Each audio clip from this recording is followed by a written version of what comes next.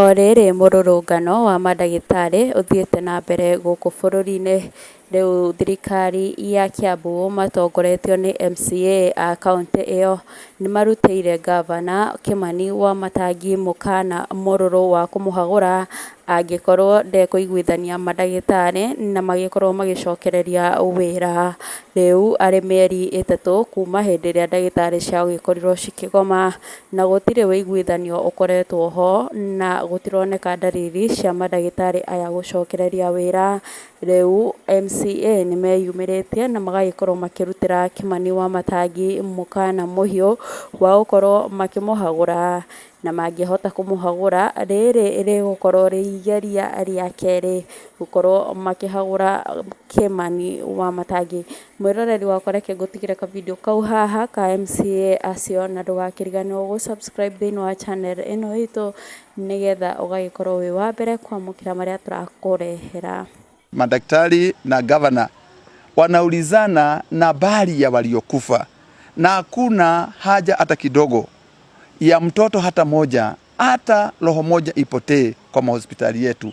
Sisi kama sasa MCAs tumekuja pamoja kuongea na madaktari wetu na kuongea na gavana wetu ya kwamba sasa wakati umewandia, wakae chini waongee na walete suluhisho ya kudumu, sababu hatuwezi kaa kama waliochaguliwa, hatuwezi kaa tunyamaze tu kama watoto wanakufa, kama watu wanakufia watu wanakufia mahospitali yetu, kama hakuna madawa, kama hakuna madaktari kwa mahospitali.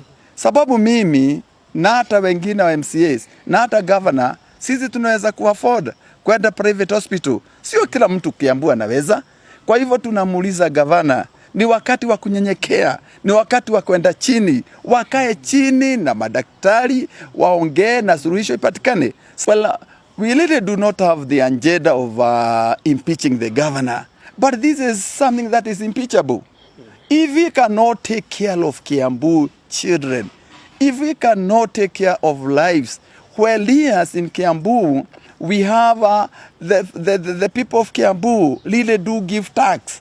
They pay a lot of tax. We have over 5.4 billion that was paid last year.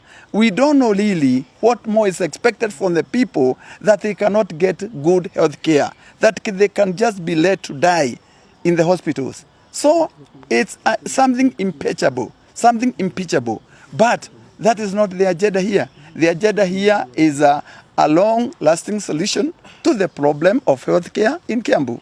Yeye tuko na gavana ambaye anaitwa Kĩmani Wamatangî. Amesimama, amezunguka akisema ni kupigwa anapigwa. Lakini ningetaka kuwatuma wana Kiambu, tukue makini sana wakati huu. Ni kwa sababu kuna wakati ilifika tukatetea wana Kiambu na kukakuwa na mambo ya impeachment. Lakini gavana alizunguka na akapata sympathy ya kuwa ni siasa. Lakini ningetaka kuambia wana Kiambu, mahali imefika, baadhi ya MCAs ambao wako Kiambu na viongozi wengine wanasimama na haki yenu. Ukisikia mambo ya impeachment, kama mtu atasimama kanisani abishane na kusema hapana, sio watoto 130 wamekufa, ni 80 wamekufa, huyo ni mtu hata hafai hata kukua kwa kiti ya kuchaguliwa ama hata ya kuteuliwa. Hii mambo ya hospitali, Gavana Kĩmani Wamatangî, gavana wa Kiambu, kama atashindwa kusimamisha health sector, he deserves to be home like yesterday. But he approved the report as presented by the team. He had not been in the country when this report was being signed, but he's going to append his signature on the report. Wamatangî Karua is out of the country. We talked to her earlier on today. She's in Hargeisa in Somaliland, but she's traveling and will be back around 1 a.m. this morning. So she has no issue at all. Another question here. Try to ignore the rule of law. The court pronounced itself on this matter yesterday, that is unconstitutional. Unconstitutional.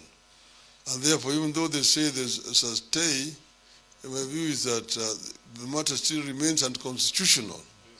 And therefore, I would urge all the employers to immediately stop paying anything.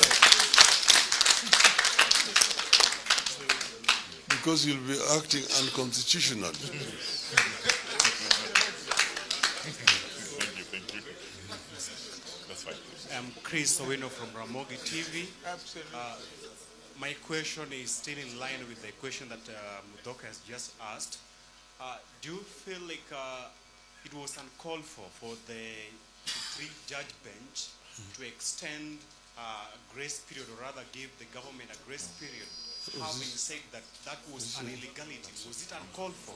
I think it was to entail. You don't need to criticize actually. No. We don't. It's a question of interpretation, or what the court said. But the court made a very fundamental pronouncement that this matter is unconstitutional. Period. Yes. It's unconstitutional. As A stay does not make it constitutional. Very good.